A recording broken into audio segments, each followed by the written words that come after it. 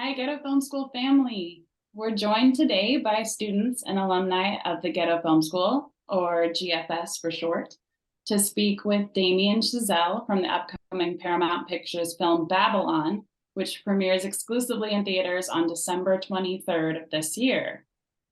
How are you, Damien? Hi. I'm good. Hi, nice to meet you. Nice to meet you too. GFS, how are we? Feeling great. Awesome. Excellent. Good to see everybody. Hey, everyone. My name is Amy Lapidez. I manage the alumni roster at Ghetto Film School. Cool. And we have, every student has a question for you, Damien. So we'd like to start with Andrew O., who graduated from GFS in 2020. Take it away, Andrew. Awesome. Thank you, Amy. Nice to meet you, Damien. Yeah. I just wanted to say thank you so much for your time. And I really loved your past work, Whiplash being one of my favorite films of all time. So my question is, as I'm curious how such a legacy of like your previous work can affect the new stories that you want to tell. And do you think about how the new films you direct, such as Babylon, will reach audiences in comparison to your previous work? And if so, how do you deal with this burden as a storyteller? Yeah, it's a great question because I think that really does get to the heart of one of the challenges, I guess, for me personally, is it's like I always feel a little bit sort of in battle with myself, because you each time, well, I shouldn't say you because it's the sort of royal you, because I think each filmmaker is different. In my case, each time I make a film, I try to, I'm sort of very bad at multitasking. So I sort of just kind of go one project at a time. And if I'm on a given film, I'm just sort of giving it everything I have and just trying to lay it all out on the field, so to speak. So, it therefore means in some ways that I kind of want to learn from what I learned, like take what I learned from the previous films, but also almost make them sort of irrelevant. You want to kind of try to sort of, you want to try to keep topping yourself in some way. And it's a tough thing to do. And it's also not even necessarily the healthiest mindset, but what's helpful, I think, is just this sort of sense of that there's always a goal to reach that you haven't quite reached. I think there's always there's always that story that I haven't gotten to tell, or the story that I feel like I haven't told quite right yet, or the sort of idea or emotion or something that I know a movie is capable of getting across that I haven't, for whatever reason, I haven't done yet. And it's always trying to kind of strive towards that sort of thing, knowing that as soon as that movie is done and I've kind of given everything to that movie, I'm going to then sort of forget about that and, move on to the next one. And the current movie will become my new sort of bête noire in a way that I'm, trying to top on the next iteration.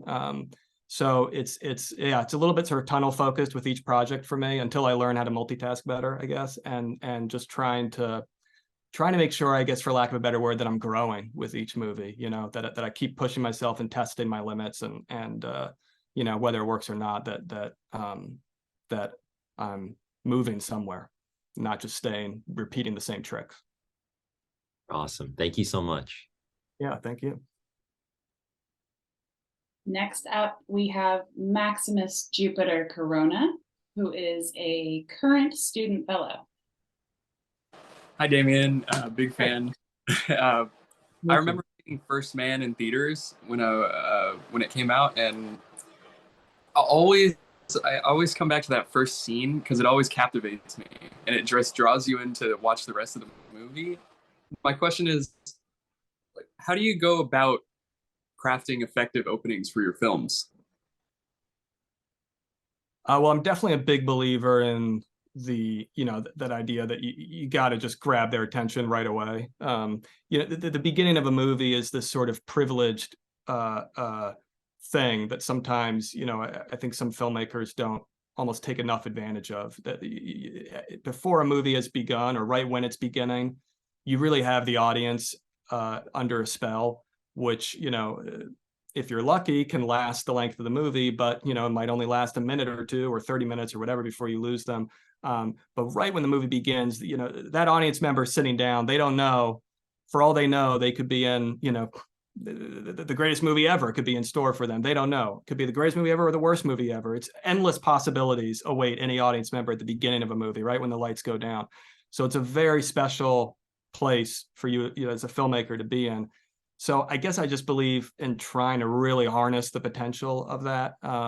It means you don't want to sort of necessarily rush your way into something too fast. If the movie calls for a little bit of sort of the slow, more kind of wait and see approach, you want to adopt that. But you need to get their attention and hold it and try to maintain that spell. And so I think I've sort of thought a lot about, kind of opening sequences as these sort of opening statements with each movie, and just trying to really, again, maximize that moment, that sort of privileged moment where you sort of, you have the audience in the palm of your hand for just a fleeting instant. Thank you. Thank you. Yeah. Next, we have another current fellow, Emmeline Vivar. Hi, Damien. It's so nice to meet you.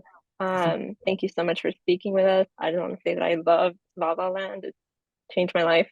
But piggybacking off of what Maxim has said in terms of writing, my question is, what do you begin with first when you're writing a new screenplay or a new story? Like, is it focused on character building, world building? I know that music is a huge component in your film, so is that also a part of your starting writing process? And like, is there a reason why you start with it? Yeah, I think it depends on each project, but I think music is always a big part of it. I think even just trying to sort of get a sense of what the kind of sound or kind of music that, like, sometimes there'll be music that will never have anything to do with the movie concretely. It'll never be in the movie or part of the movie, but it just, for whatever reason, a certain song or a certain recording will just sort of inspire something emotionally in me. I think that's probably actually really what I'm after the most, is just something to define an emotion. So I find music the most powerful way to do that.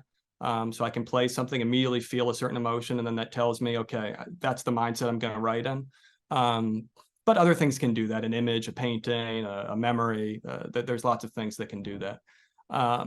But yeah, music I do find very powerful. And then sort of what I'll do in terms of the process of it is I might have whatever kind of music gets me started to just write it. But as soon as I have a draft of the script, I'll give it to my composer, Justin Hurwitz, who I've worked with since I began making movies, and he'll start working on melodies and sort of basic sort of ideas for a theme, for a musical theme for the film. And once that's figured out, that then can become my new soundtrack, and that'll sort of help define for me even more kind of what the movie wants to be, what it wants to try to do, which then informs my rewriting or my preparations or storyboarding or whatever it is, the next kind of chapter of getting the movie made that I embark on.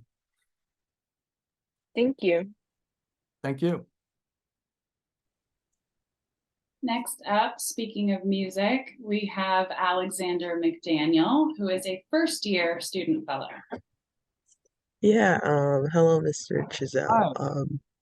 I just wanted to say, first of all, like everybody's saying, I'm a broken record. I love La La Land, and I actually have two questions. One, what was it like working with the famous musicians? Like one of them, Fufu, the drummer, who I believe who recently passed away, unfortunately, and I personally knew him, so I wanted to ask him, what was it like working with him and other famous musicians in that film? And second of all, speaking about Babylon, how does the music influence your editing since it's such a big part? Like, do you I heard people they do the picture, then they put the music after, or do the music, then they put the picture, or they put the picture, do the music, and they don't change anything about the picture. They everybody has these different ways of how they do it, but I just want to let you know, what's your thought process behind it, and how do you go out executing it? Yeah, I mean, for me, it's definitely, I kind of go into it knowing that things are going to necessarily change. So you never want to or at least in my case, I never want to set up some kind of something that's going to hold me back or sort of constrict what the movie wants to become later on. Movies evolve during the writing, during the shooting, and then later during editing. So you always want to allow room for accidents and for discovery. That said, I do like the music is really important for me to sort of kind of figure out how I'm going to shoot something, then how I'm going to cut it. So a lot of times I'll be, I'll have a lot of the music or kind of demos of the music ready for the movie before we start shooting. So I can be cutting storyboards to it, or just sort of figuring out, rehearsing camera moves to it.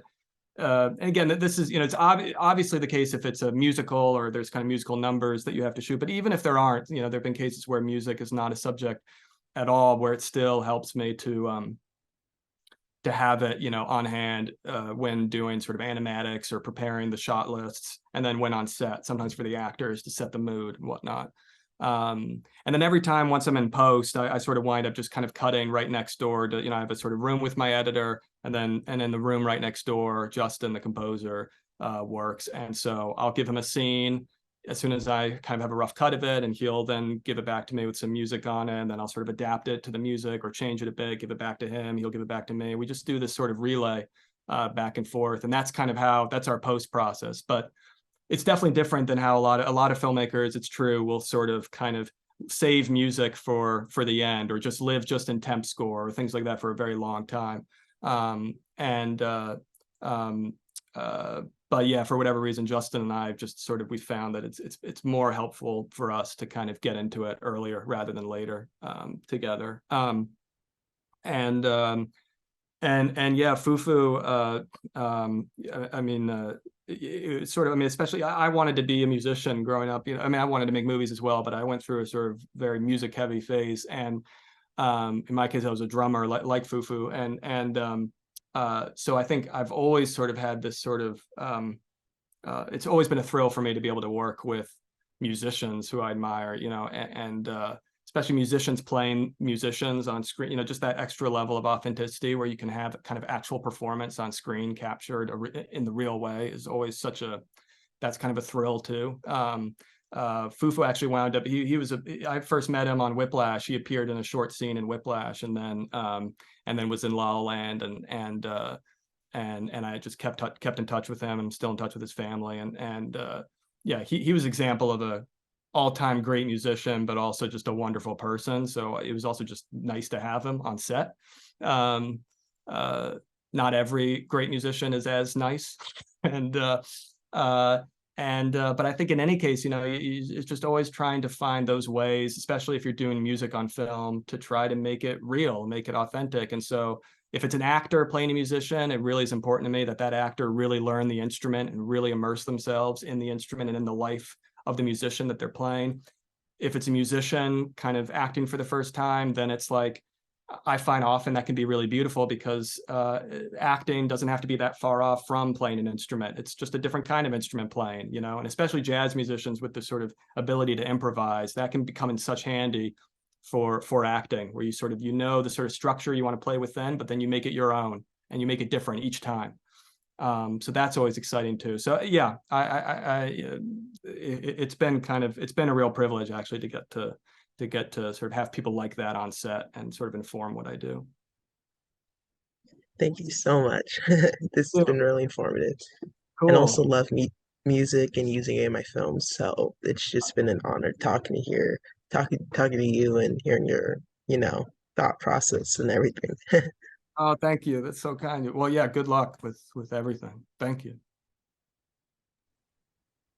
Thanks. Let's see. Next up, we have Elise Arteaga, who graduated from GFS in 2020. Hi, Damien. It's a pleasure to meet Hi. you. So my question is related to pacing and rhythm. I think, as we know, the practice of filmmaking is pretty dependent on rhythm, and your previous films have showcased a mastery of that practice. So I'm curious to know if you have any tips or insight into how filmmakers can enhance their pacing and rhythm from post-production to post. But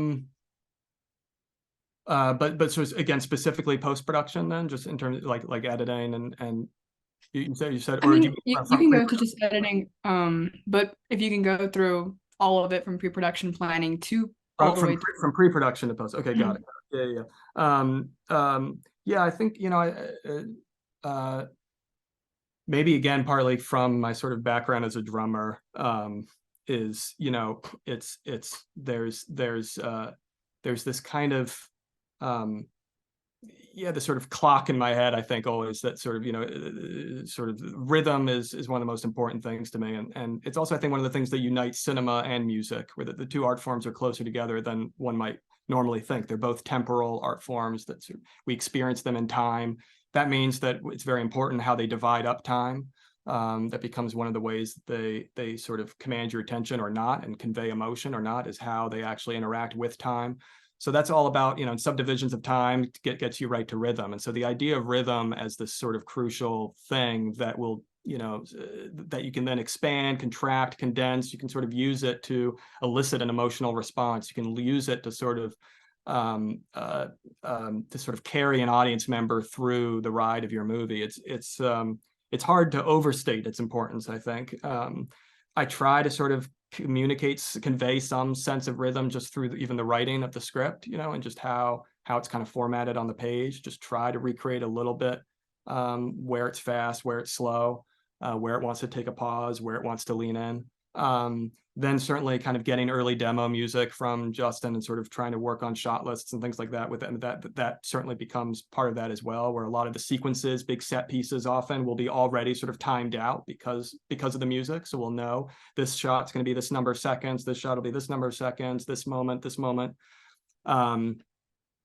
You know, anytime I'm shooting a oneer where I'm not going to be able to intercut it with coverage in post, it's really important that it lands in the right zone of time, you know, because you know you're not going to be able to sort of mess with the time of it that much. So, you know, you don't want a oneer that's, you know, 3 minutes long when really it should be 1 minute long. You want to try to get it to 1 minute long. And so so in many cases, that means you got to, you know, you sort of work with the actors almost become musicians, and every line has to be delivered at a certain clip. You know, maybe this one speech, really the actor needs to get through it really, really fast, but then they have to pause before this moment because then now we're too ahead. But there's always, so every time, every kind of sequence like that, or every script or chunk of the script in the movie, I'll always have a ballpark time that I know it should be. This should be roughly 45 seconds. This should be roughly 30 seconds.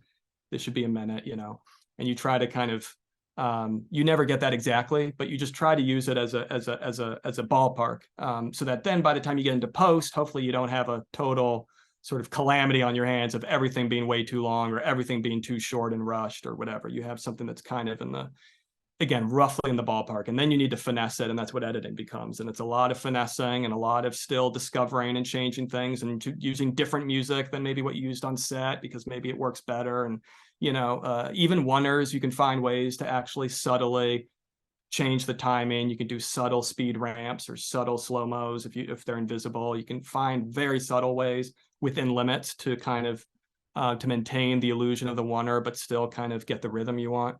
Yeah, that rhythm is something that I then just wind up working on till the last moment. Even past picture lock, you'd think that rhythm couldn't really be affected once you've picture locked, but in many ways, the mix affects your sense of rhythm as well. You know, a shot that has a certain soundscape and it's the same exact length as a shot that, you know, is silent could feel way shorter or way longer. Sound really does affect our conception of time as well. So it all becomes elastic, and you kind of learn that. And so so I guess the long story short, it's one of the first things I think about, and probably the last thing I think about too. That's great. Thank you so much, Damien. Thank you. All right, last but definitely not least, we have Tali Rivas, who graduated from GFS last year. Hello, thank you so much for coming here, and thank you so much for La La Land. I really appreciate that movie. And I'm super excited for Babylon, just watching the trailer. My question is, what was the process of creating a film such as Babylon and La La Land, in the sense of having so many extravagant and beautiful scenes and being able to capture these moments that are like full of emotion and all these colors in the background into an entertaining and interesting story? It's like, I'm someone who would like to direct something as amazing as your films. But I just want to know how you can have so much going on at the same time, but still have a captivating story that audiences can follow. Well, thank you very much. It definitely, it doesn't come easily to me. So it's, you know, I struggle with exactly that challenge, just the way you put it, you know, of how can you kind of, how can you balance, you know, the sort of elements, whether it's sort of a certain kind of overload that you need for the image with the clarity that you need for a story? How can you kind of, how can you find a way to have both things feel equal? I would definitely say on Babylon specifically, it became a big part of the process of making it, because there's a lot of party scenes in Babylon, and a lot of crowd scenes, and it just quickly, I think, became clear to me that part of the language of the movie needed to be this sort of very densely packed imagery. It needed to be that every frame would have foreground and background, and sometimes the background would be doing something completely different from the foreground, and sometimes the more important story piece of information would be in the background and not the foreground. And so to try to create this kind of democratization of the frame where the audience's eye is free to drift a little bit and spot different things. And so each time you see the movie, maybe you spot something different as well, you know, but you still have to make sure that a first-time viewer is gonna be able to understand what's going on and actually follow it on a certain basic level, even if they're not catching every detail.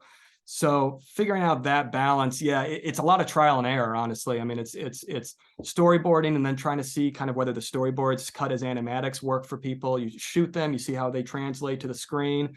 And then during editing, a lot of screening. You know, I'm a big believer in, like, as you're cutting, just sort of screen it for people, even if you're not going to listen to what they say. You know, sometimes you want to, sometimes you don't.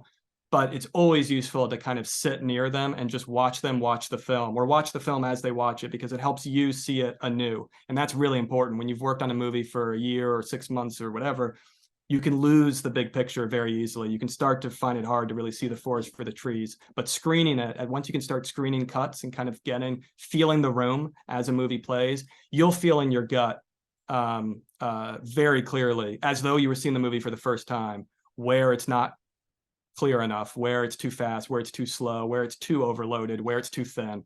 And so that becomes this sort of barometer you can use as well to try to refine your vision.